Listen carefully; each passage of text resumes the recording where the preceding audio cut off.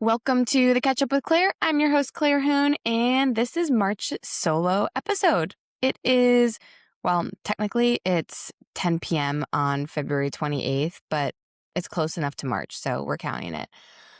I saw this post back in January that someone said, it was the first week of January, right after the new year, and they said something along the lines of January is not nature's natural beginning point. That springtime and the beginning of spring is really nature's, and I guess like the world or universe, however you want to think about it, natural beginning. And the reason they were posting this was saying, if you're not feeling the whole ready to reset in New Year in January, it's because it's still the end and a closing of a season rather than sort of like an awakening or a new beginning or a fresh start. Like it doesn't align naturally, which I realize sounds very woo-woo of me to be talking about, but I'm leaning into this because, first of all, if you listen to January's solo episode, you know that my end of year and beginning of year was off to a very rocky start. But on the cusp of March 1st, I feel ready. Like I actually do feel sort of I'm ready to start conquering the year, which I realize we're 2 months into now, but it feels, I don't know, that popped into my brain earlier this week because I was like, okay, I'm actually ready to start getting things organized. Also, is it just me, or does it feel like the year of 2026 has already been a full year? Like there's something about January lasted forever. February, despite only being 28 days, also felt like it dragged on. And in one sense, I can't believe it's already March 1st. Like that went pretty quickly, but also living every single day of January and February. Who, mama, not for me. Not for me. And I'm not trying to wish away the rest of the year or have things pick up because, I don't know, something about having kids makes time just absolutely accelerate and you want to just eat them up while they're so young. Oh my gosh, I'm going to have to talk about how I have a 10.5-month-old baby now, and April's solo episode is going to be interesting. But I think I don't know, I'm feeling ready for March. I'm feeling ready for spring. I'm feeling ready to start sort of being the organized person I thought I was going to be on January 1st in March. So just recently, I've started to feel, let me back up. I forced systems at the beginning of January in our family out of absolute desperation. Like I felt like our December and our holidays were so chaotic. So much was going on. I felt so all over the place that we started putting in a routine where, one, we ate the same meal. Back was what we did in the fall. So we went back to our weekly meal calendar.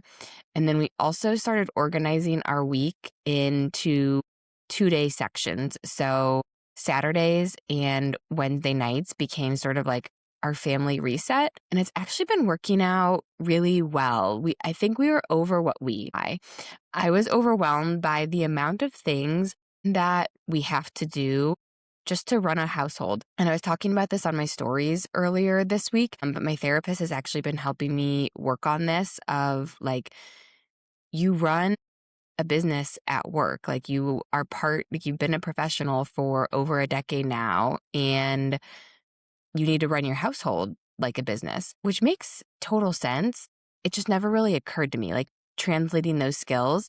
Anyway, so we assigned Saturdays to be Saturday morning family time. So really this isn't always possible, but trying to not make plans until at least noon. So my son has basketball every Saturday morning early, so we take him to that, and then we come home. We have breakfast as a family. We either get bagels or make breakfast at home, and while we're eating breakfast, we do our family meeting. So talking about sort of highs and lows of the week, talking about things that happen that we want to discuss, good or bad, talking about reviewing sort of behavior. We're really working on our family core values and helping our children.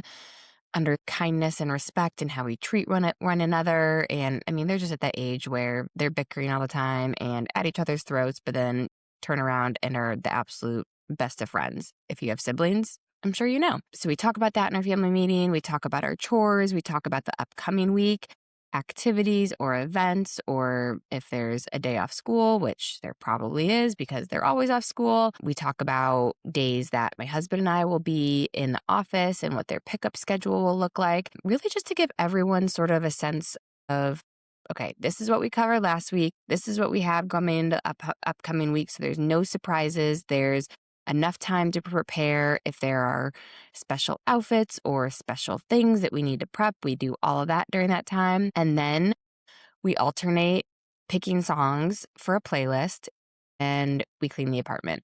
So everybody has sort of a set chore list and we all do it together. We start by doing laundry. So laundry in our building is a wash cycle is 37 minutes and then the dry cycle is 45 minutes. So it's basically 40 minutes of cleaning while everything is in the wash and then we can go down and switch it and put it in the dryer. But we use that time it felt really exhausting to know that we had all of these chores to do and felt like the full onus of responsibility fell on myself and my husband, and trying to teach them of like, this is a collective household unit and we all contribute in ways that we can. And I mean, give a kid a spray bottle and they go crazy. So they actually are very into it. It really didn't take that much convincing. It's more so just sticking to it. So putting in systems like that back in January, again, it felt very forced and it has felt forced, but it's actually been so helpful because all week previous to this, at the end of last year, we would be doing like one load of laundry on a Tuesday and then for just the kids. And then our stuff would need to be clean. So we'd go like Friday morning and then we do a big round on the weekend. But would it be Saturday or would we wait until Sunday? And it just kind of felt like we were always thinking about it. And so it felt like a bigger task or a bigger chore than it actually is. Like now we decided Wednesday nights after work and school and Saturday mornings, those are the 2 time slots that we're going to do our laundry. And actually we've stuck to it. Only once has a kid gotten sick enough that we've had to break our laundry cycle, but it's worked out really well because having this sort of predictability around it makes the activity, it's not an activity, I'm going to call it a chore because it's a chore. It has made chores feel less chorey, just less heavy. It's just like, it's not that big of a deal. We go down, it's Wednesday night, we put the laundry in. Anyway, so I've been trying to do little bite-size, attainable systems that can work and really help just make us run more efficiently. I haven't started this next one yet, but I've been trying to figure out a way to organize our kitchen piles. So like we have our mail pile and I have my wallet, AirPod, sunglasses pile, and we have our hairbrush and baby wipes pile. And these are all just like miscellaneous little things that don't really have a home. Like their home is on a surface. Not that it should be, but it is. And it's because we don't have a mud room to put a person or a bag in. And so my wallet, I usually just stick it in the stroller or in my pocket. Like I don't have a whole bag system. I always do my daughter's hair while she's eating breakfast. And so the brush ends up living on the kitchen counter. Baby wipes because we have a baby and constantly need to be wiping it. And so they're always just sitting there. And then the mail is, I know you're supposed to open it as soon as you get it, but as soon as I get the mail, I'm walking in the house with usually a baby in hand and I have to put the baby down. So in order to do that, I have to put the mail down. Anyway, all of these piles just keep accumulating but I also don't have the space. Like I haven't figured out what to do. So I don't know what actually I do. I was working out. I was doing my little arm workout on Peloton and I was staring into my office and I did a nursing cart for this baby back when she was a newborn and it had my nursing stuff on top and then snacks on the bottom. And I now have this little cart that I don't use as a nursing cart anymore.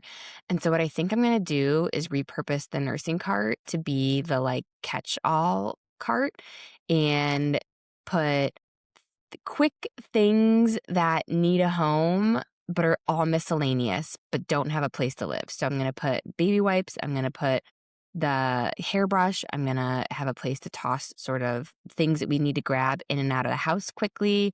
Keys, wallets, AirPods, sunglasses, a place to put the mail that I need to do something with. So that is my task for tomorrow. I'm giving myself this weekend to get that together. That'll be my next sort of system I just want to look at less things on my counters. Honestly, like I don't know where to put all of these things.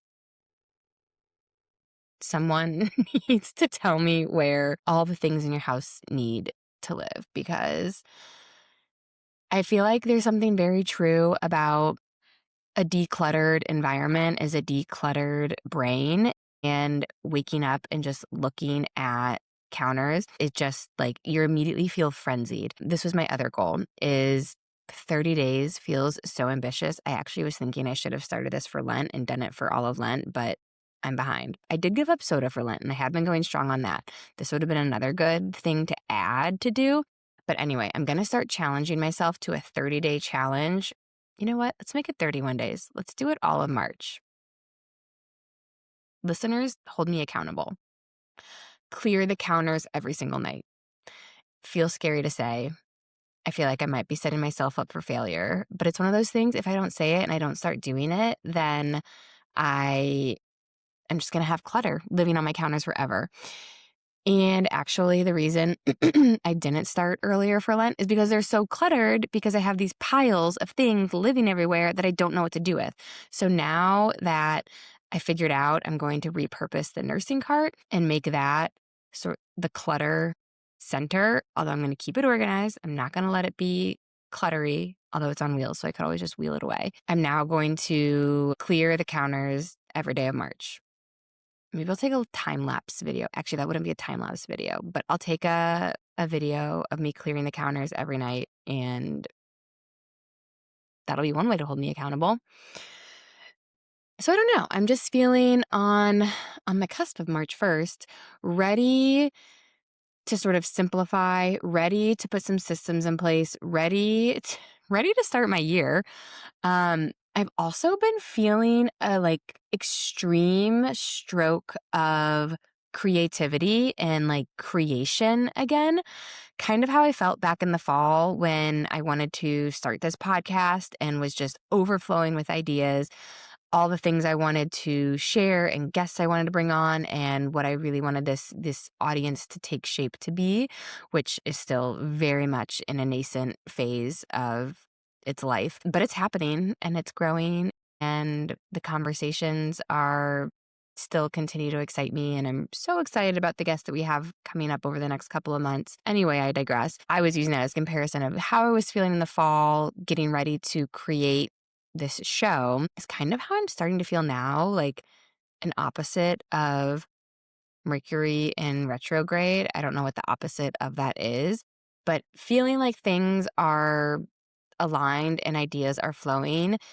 It's kind of a really fun state to be in. Like I think because I've been so consumed in the cycles of motherhood and creation for me the past almost decade, 8 years, has been in the form of babies and being pregnant and bringing new life and creating our family. I don't know if it's now that I'm done with that or feel done with that chapter that I have this additional capacity, but am I going to say, I guess I'm just going to start talking about it. I feel this pull and desire to take what's happening in the online space and move it in real life. I don't really know what shape or form that is going to take yet, but like I just envision this community feels like such a basic word, but like it's an important word, and it is definitely a word that I'm feeling, but a space for gathering, for sharing, for amplifying women's voices, a space focused on women, a space for connection, a space for sharing ideas, for all sorts of things. Um, and I think it feels scary because it feels like a lot. Like the other day, I said to my husband, I'm like, oh, well, the laundromat behind us went out of business 6 months ago, so I could just rent that out and turn it into a space. And he was like, that's not nothing. Like, I think I really could just like take a place and rent it and fix it up as if it was going to be like a side project. And he's like, no, that's a massive undertaking. And then I thought about it, and he's very much right. But I am trying not to get overwhelmed by the idea, but make it a manageable idea to figure out, is this a real thing? Could this really happen? What would we call it? What would we do there? Like it started off as actually fully transparently, I got an ad for a podcast studio in Midtown.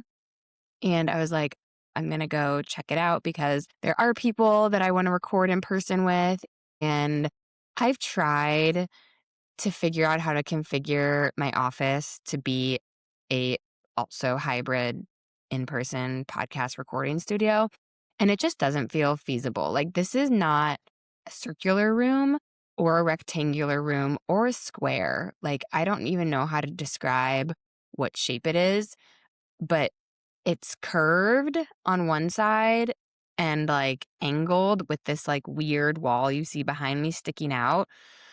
So it's just, and then the door is over here and my Peloton, I was like, where do should I move my Peloton to the living room? And that's when I was like, you're trying too hard to make something work that probably isn't going to work in the way that it is.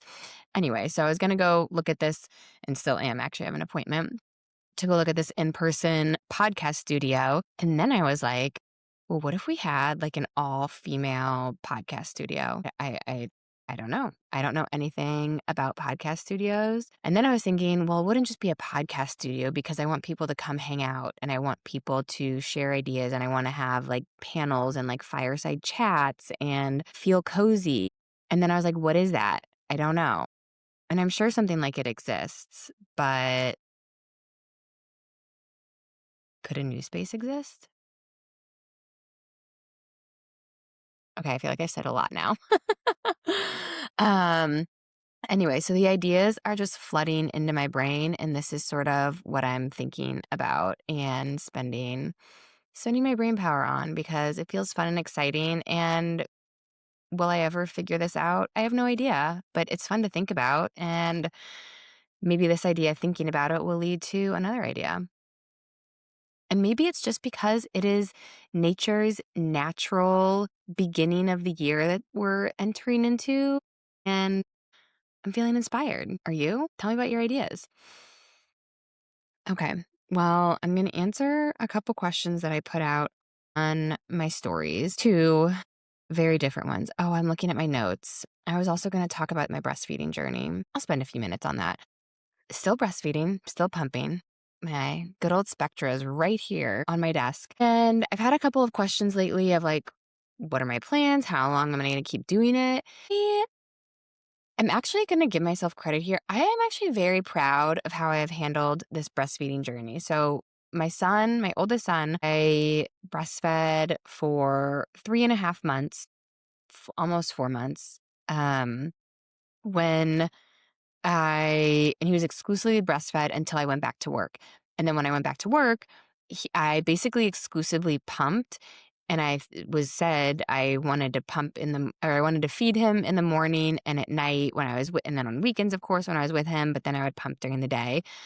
But I didn't actually know how to do that. And I got so in my head once I started pumping almost full time of, okay, I'm pumping this many ounces and at this frequency. So every 3 hours. And then if I was leaving work, trying to time his feedings at home with our nanny to me having to come home and either pump right away or feed him. But if he had just eaten, then he'd be full.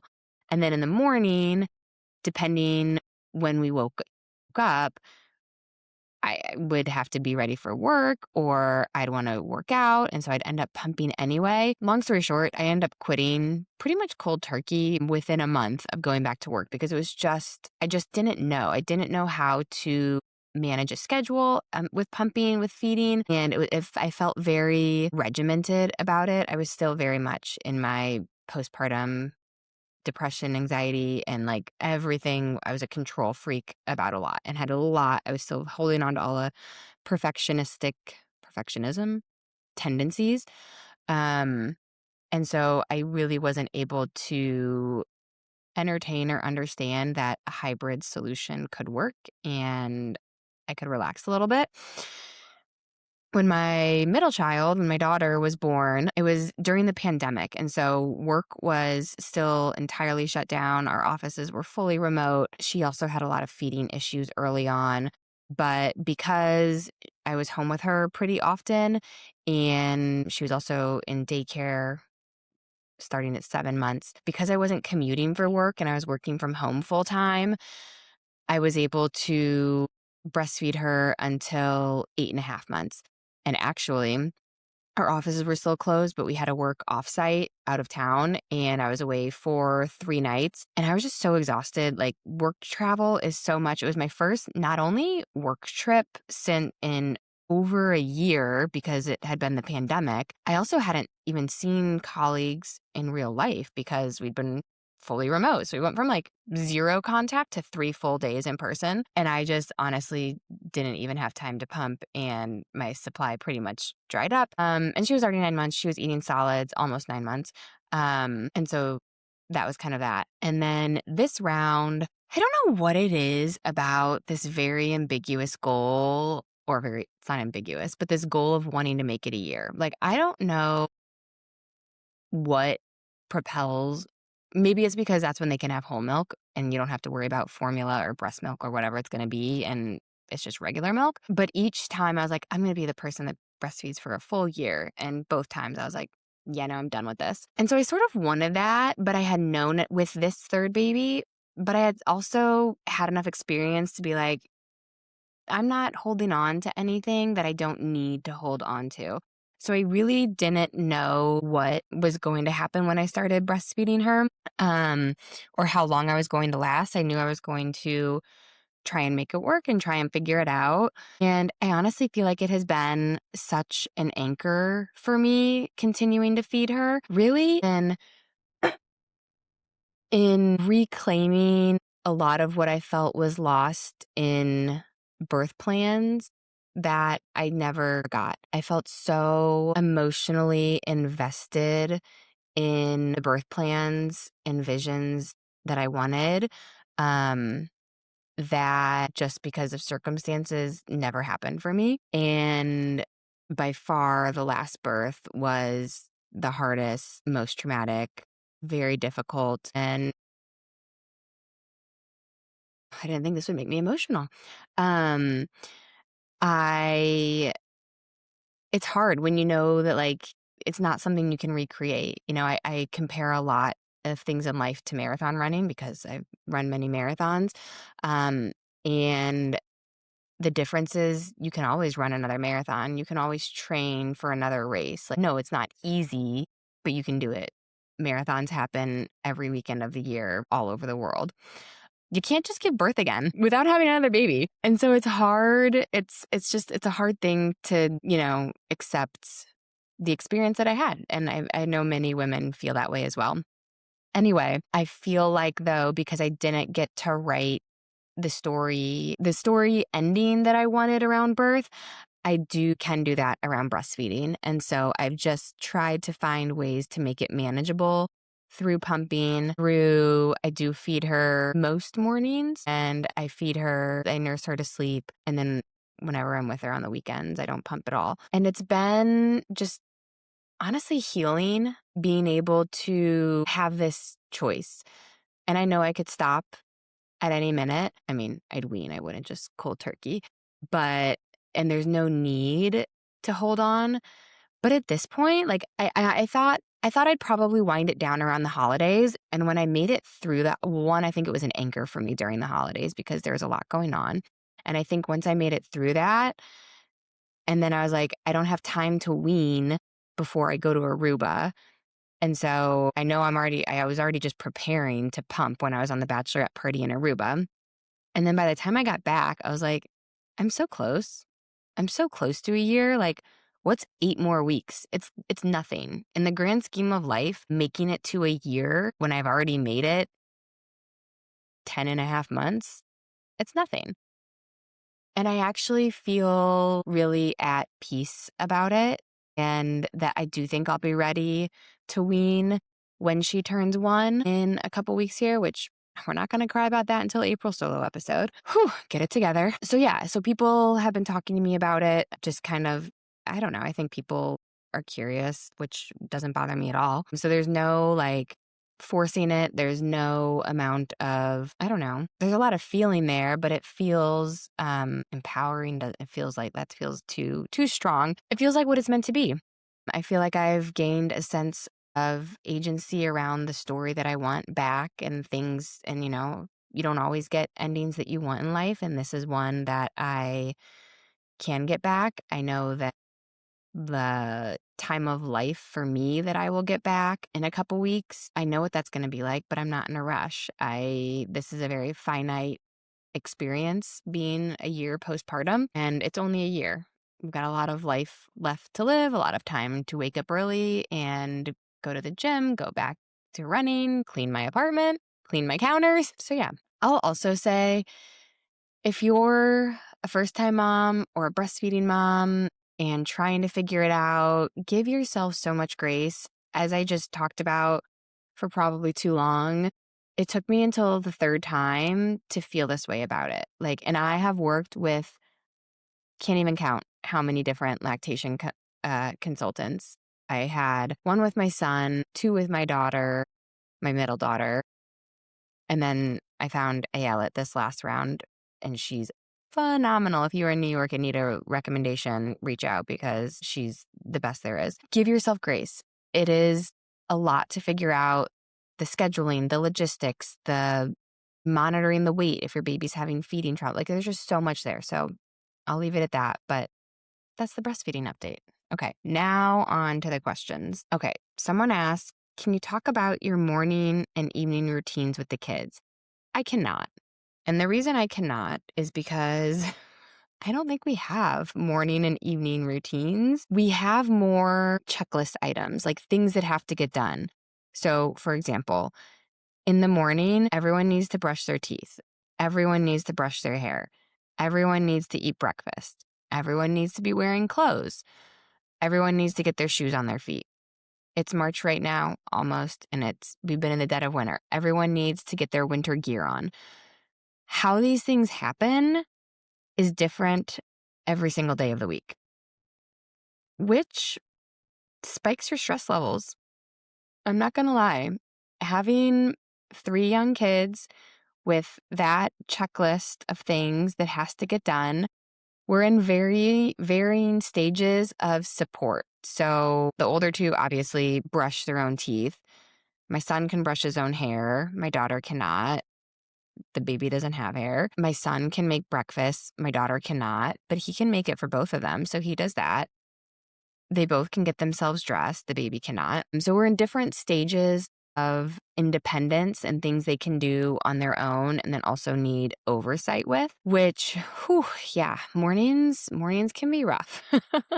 I will say, it says with kids. So I'm reading the question to be like, what is our morning routine with the kids? But if you mean more of like overall flow, my husband and I sort of tag team in and out. So depending on what time the baby wakes up, if she is not awake by 6:30, then I get up and pump. And sometimes if I'm really committed and get to bed early enough, I'll wake up and I'll set an alarm for earlier and try and work out. But basically, I'm either feeding her or pumping by 6:30. And then in that time, my husband is getting up and showering and getting himself ready so that when I finish feeding the baby, I can hand her off to him and I can do like my quick ready. So my quick ready is brush my teeth, put my contacts in, take my glasses out, drink coffee, wash my face. And then we're both, that gets us to like, I don't know, 7:15-ish. Then we're both getting the kids ready, putting clothes on, packing bags, making lunches. I'll also sometimes try and do a workout like while they're getting ready. Again, it just kind of depends on timing. And by workout, I mean like a 10 to 15 minute Peloton class, not a cardio boot camp at Barry's. Um, so we hand off responsibilities between the both of us, and then my husband usually takes the kids to school so that I can then get fully ready. I'll clean up the kitchen a little bit, get myself fully ready for the workday, and then eat and go to work. Evenings, similar process, different checklist. So obviously everyone needs dinner, homework, packing bags for the morning sometimes. That's such a lie. We try and pack bags. I'll try and refill the baby's bag, but we usually do that in the morning. I should add that to my system list. I will actually pack my work bag, which is hard though sometimes if I'm going to the office, but I'll put like my laptop and all of my stuff in. I can't pack my pump bag until the morning because I need my pumps in the morning. More in the evening, we always try to do at least some sort of family activity. Not rarely. I'd say half the nights we eat as a family, other half, everyone is just kind of eating as they go based on what time I get home, what time my husband gets home, what time we both get home with the kids. Evenings are really chaotic. But before bed, after everyone has eaten, bathed. Okay, so the checklist for nighttime is uh, homework, dinner, bath or shower, brushing teeth, obviously, pajamas. I'm going to add for me after the kids, cleaning my counters. And then we try and do something fun. So either playing a board game or reading a book all together, doing a little art project, and like nothing big. I mean, this is like a 15-minute thing. We were on a big Clue kick for a while. We love board games. Something like that just to try and connect as a family. It doesn't always work, but I'll say most nights that is the thing that we're connecting over versus like sitting down around a table for dinner. That just is what works for us. But we are definitely in a phase of life right now where like rigid routines just don't work. There's too much going on. So it's more what are the things that we absolutely have to happen every morning and every night and focus on getting those done in whatever order. What are your routines? Do you have suggestions? Do people have better ways of getting out the door in the morning? I'm sure you do. I'd love to hear about them. Okay, what else was there? The other question was flying with 3 kids. So if you follow me on Instagram last week, 2 weeks ago, it was winter break in New York City. So the week of President's Day, New York City public schools are closed for winter break. This year we did something we hadn't done before. My parents came in town, picked up my older 2 kids and took them down to visit family in Florida because my husband and I still have work.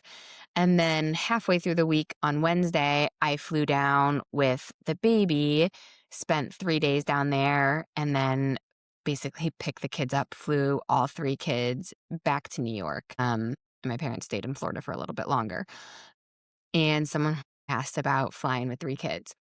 Okay, I've actually done it before, and it's not that bad. This one was a little bit worse. I'm going to caveat all of this by saying my children are usually their best behaved selves on airplanes. I don't know how that happened, but we have been traveling with all of them since they've been very young. We just decided, I don't know, that we were going to be a family that travels. We weren't going to pause travel just because we have young kids. We were going to make travel work with our family's needs. That could probably be a whole episode about our, I don't want to say philosophy around that, but how we make it work and trial and error and how we've had to adjust and pivot because there's a whole lot to unpack there. Again, if you heard about our trip to Hawaii from January's solo episode, you know. Anyway, the flight itself was totally fine. I will say we are just starting to enter the baby's worst flying age, which I feel like is once they start moving, so like needing to crawl around until like 2.5. So like the next year and a half or so, I feel like is going to be rough for flights with her, because once you can put an iPad in front of them, boom, game over, silent. It's amazing. That being said, we only do tablets on airplanes or transportation. We very rarely travel by train or anything, but any type of airplane travel, like not for subways, like not that type of travel, but train travel, air travel. I can't think of any type of travel that we do.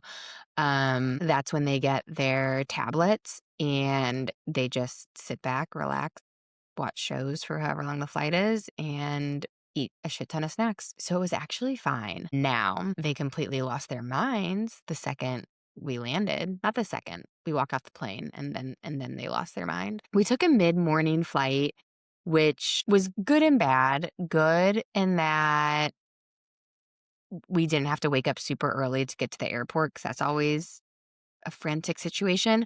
But also, it wasn't late. It was 10 a.m. And so we still had to like get up and move and get out the door, which just, it's never easy. Like it's never not stressful when you're on a time crunch. So I think we had like toast for breakfast, not a ton of food. And I thought we'd have more time at the airport to get something, but we just didn't. So I had snacks packed, and then they had plain snacks on the plane. But we landed and I don't know, it was like 2 p.m. And so nobody had had lunch. So they were hungry. I'm going to skip through all the story and just say they got in a very big fight. We got in a very, very big fight. It was a lot. Everyone cried. All four of us. All four of us cried. And the sweetest grandmother saw all of this happening and came over to me and said, "Don't say no. I was just traveling with my grandkids and I have a whole backpack full of snacks. Have your kids pick out whatever they want. Anything they want, they can have." And I just like started bawling, and she was like, "Travel days are so hard. You're doing great." And I'm like, "Are you an angel? Am I hallucinating right now? You are so nice." And she gave them little applesauce packs and yogurt and a bag of pretzels. And I was just like, I cannot tell you what an angel and absolute saving grace you are. And then when we got through baggage claim, I saw there was a Dunkin' Donuts and bought everybody bagels. But like, be that person, be that grandma. When you see a mom struggling by herself, tell her she's doing a great job, because I could feel the eyeballs. When you just feel the people staring at you, like we were that scene. But we made it and we survived. And really, that is the first time I've ever had an incident traveling with them. I traveled with them again over the summer. Not again, previously over the summer. And the baby was much younger. She's only like 2 months then. So she just sat in the baby carrier and slept the whole time. But as of now, I'm doing it again in a couple weeks for Easter. And I'm actually trying to think. I think we might have an indirect flight. So that is key. Traveling alone with kids, direct flights. I'm going to have to check on why I did the flight plan that I did. But anyway, travel, take your kids places, have experiences. And if you need to, just cry. It's not a big deal. All right. That is all I have for March's solo episode. I'm going to count on you to hold me accountable on my clear the counters for March. I'll report back in April's solo episode. I'm sure will all be about me about to be having a 1-year-old. So, I'm not ready for that. Let's end this before I cry again. I hope you enjoyed this episode. If you did, I would so appreciate you subscribing, downloading this. That is how I can continue to broaden this audience and bring these episodes to you. Until next time, be kind, be safe, be brave.